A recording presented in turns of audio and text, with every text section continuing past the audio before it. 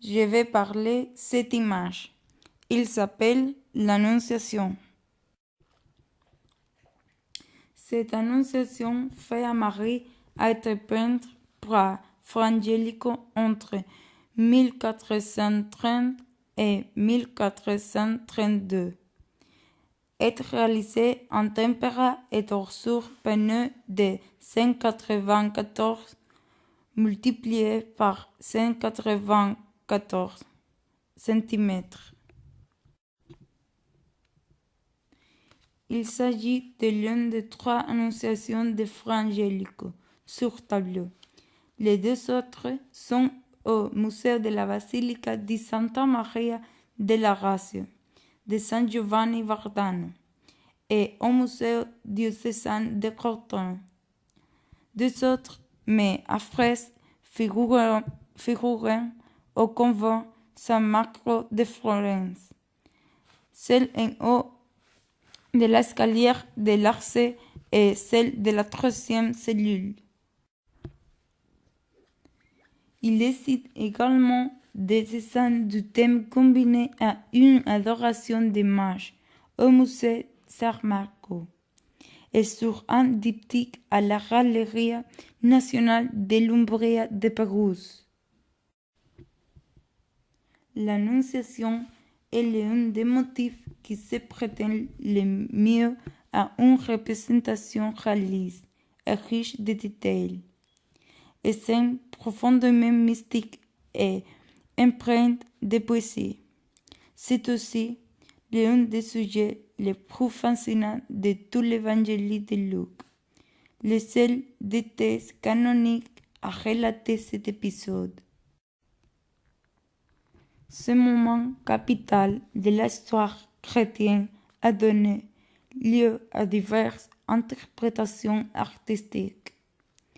La sensibilité des peintres et des sculpteurs associèrent les réactions physiologiques de Marie, l'esprit proprement fascinant de l'ange, la volonté de Dieu, les répercussions de l'estin sur d'autres personnages, ainsi que son décor, le meublement et même détails descriptifs.